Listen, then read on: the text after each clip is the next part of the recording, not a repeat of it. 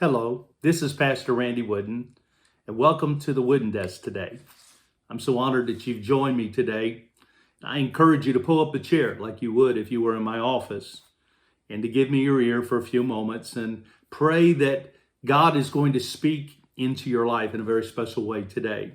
There's three things that God has really been dealing with me as it pertains to the Wooden Desk.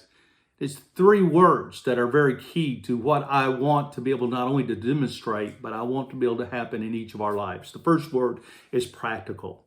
I want to come to you with a practical approach to leadership, to ministry, to doing life.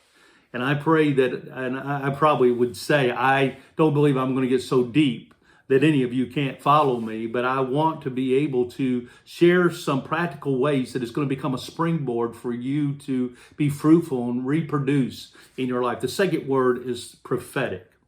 I pray that some of the things that I say become prophetic in their nature, that it is a word in due season, that it is even though it may be a leadership skill or even a tool that is used for ministry, I believe God can come into that and he can speak something that may be going on in your life, and it can become a prophetic voice of revelation. And the third word is empowerment. My greatest prayer is that there will be empowerment from the Wooden Desk.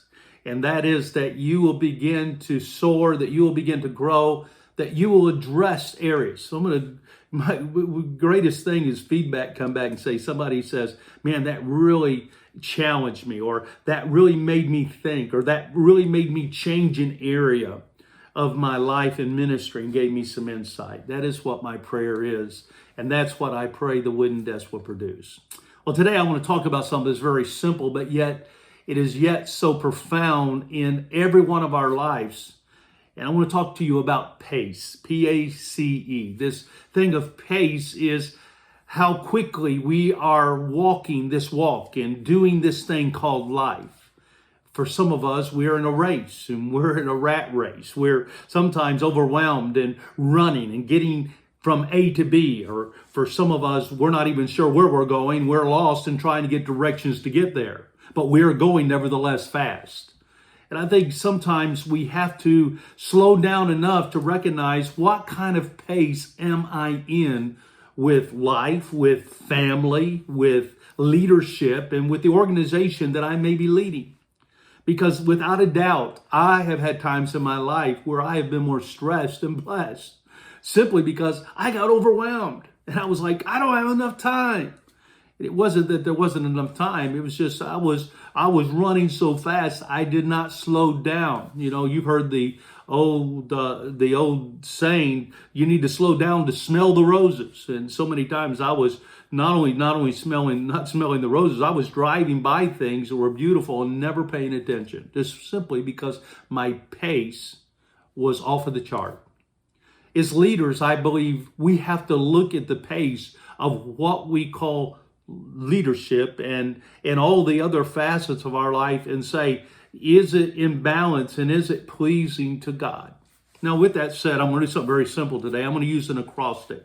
Matter of fact, this acrostic of the word from the word pace is something I have been using as a part of my prayer time. I really believe this is something the Lord spoke into my life sometimes back because of knowing who I was, of how difficult it was to stay in an even keel, so to speak, doing life and family and all that we do, is that I began to pray about the pace of my life.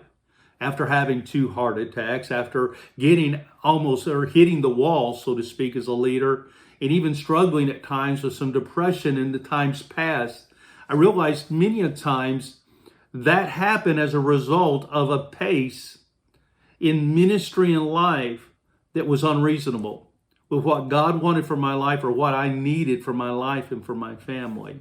Of course, since then, I've repented. Since then, I've changed some lifestyles because I knew if I didn't, I was just going to somebody else was going to get to celebrate a funeral, and I'm just not going to get to attend that funeral except just to go bye-bye. Well, with that said, I want to talk to you about this word pace. There's 4 key elements that I really believe are key to pace.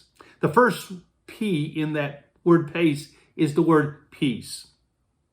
Peace. What I want to say, first of all, is correct pace brings about peace. And it brings peace upon your life and into the atmosphere of your leadership. Let me ask the question, are you experiencing peace right now?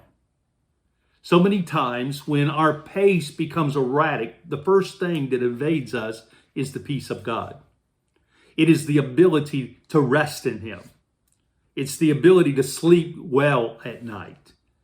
It's also a sense that we are not stressed in a place that is unnatural to what God has really wants us to have to bear on our own, that His burden is light. But yet, what I realize is when pace is out of balance, we many a times lose our peace. Now, that sounds awful simple. Christ says, my peace I give to you, my peace I leave with you. Now, we know that. But what happens is it's not a matter that God doesn't give us something or He's trying to take it from us. It's that our lives become so erratic in our pace in leadership that peace no longer is near and it's not being experienced. And as a result of peace, not peace being there, guess what happens? We start making bad decisions. When we don't have peace there, stress begins to rise. When we don't have peace, guess what happens? The opposite happens. There's war inside, and there's conflict that begins to happen. Frustration begins to build. You're talking to somebody as a young minister and leader struggled greatly with a lot of frustration. I would almost become angry inside sometimes because sometimes things weren't working out or disappointment was coming and it robbed my peace. And many a times it was just simply because I was out of balance and I was trying to do so many things. And I'm going to tell you, you cannot experience the peace of God and to be frustrated at the same time. So what do we have to do? Yes, we have to say, God, forgive me. God, I'm just going to, okay, God, I admit I'm out of pace. And I believe there's going to be some people who hear this and say, wow, I got to slow down. It's not just a matter of slowing down. It's a matter of stopping and reflecting and saying, I have got to get a handle on this thing. So first of all, this thing of peace is very important, though it's very simple. The second letter is A, is the word alignment. This word alignment, now listen to this, correct pace, listen to this, brings alignment that helps you to put you in the right place and put the people in the right place and to capture the right timing so that you don't miss the key opportunities. Oh boy, I want you to hear this one. Because so many times, because of our pace being out of alignment and being erratic, what happens is things around us are not in alignment either. They are just going, the ministries are just moving, and we can't get a handle on anything. Well, I don't know what's going on around here. Don't nobody tell me anything. Well, sometimes you just got to slow down and get in the peace of God and just believe God's going to take care of everything. It's His anyway. But so many times we act like it's ours and it's not His.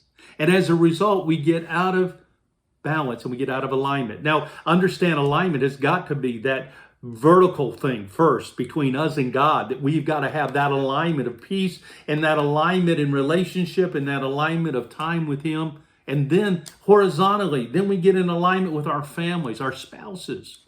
Boy, how many times in the 40 years of ministry that my wife Kathy and behind me saying, Randy, where are you?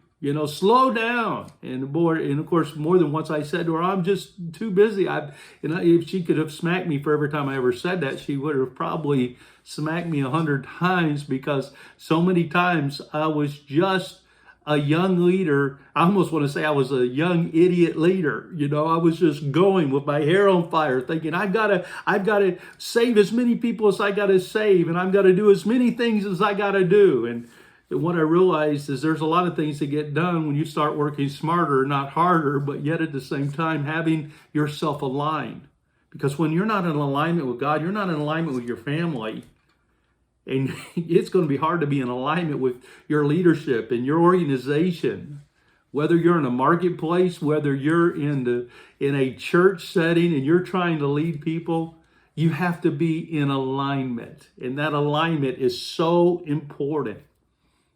The third word is also an important word. in this word pace, and it is competence. The word competence. Now listen to this. Correct pace shows competence in leadership that reproduces trust and gives people a reason to follow a leader that leads with vision. I believe that when we begin to show ourselves as leaders of competence, understanding pace and walking there in that pace, people begin to take notice. Sometimes stuff can be going crazy around you, but it doesn't always have to be crazy inside you. And sometimes you have to have and I always believe that competence comes with this wisdom also. I believe part of it's intellect. I've always said if you're going to be a good leader, one of the components is to have competence. You have to know what to do. You have to have the know-how. You have to have skill sets. And that's part of why I'm doing what I'm doing at the Wooden Desk, is to give some skill sets that are going to be practical, but yet are going to be impactful to say, man, that is so true. Because there's some people listening to me that you have more competence, but because your pace is out of balance, you're disqualifying yourself from people following you. You say, oh, wait a minute, wow. You know, sometimes when people see that we have our lives in order and we are in correct pace, they say, I want to follow that kind of leader. Remember when Paul in the Bible talks about, follow me as I follow Christ. You know, there's been times I said, do I really want people to follow me? Well, I think that I would say, I pray so. But I believe we can know so because our lives are in order, they're in alignment, they're in peace, but they're also in a place of competence, and we have the competence to lead. And people see that by decisions that are being made, not rationally or instantly, even though some decisions had to be made instantly, but yet they are being made with a competent spiritual heart of wisdom. I think this is very important. And then the fourth word, the final word in this acrostic that I'm using is peace, alignment, competence. But this last word comes from the E, and that is excitement. I like this.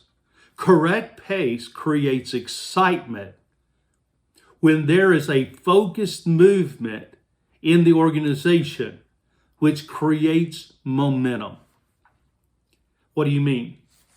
When every one of us have been a part, I think, of leadership teams and been a part of settings where it seemed like everything was clicking. I mean, there was competence around the room. There was alignment. We knew what the mission and the vision was. There was peace in people's lives. It began to click, and excitement and synergy began to happen as we began to operate in that place of unity. Wow, that was a powerful thing. I don't know about you, but some of the greatest excitement that I've had is when everybody's doing it together and they're doing it at a pace that it's in synchronization. You know, every now and then I have to synchronize some things between my iPad and my iPhone and my computer. Things got to be synchronized. Well, I believe in our teams and in our families and in our organizations and on and on.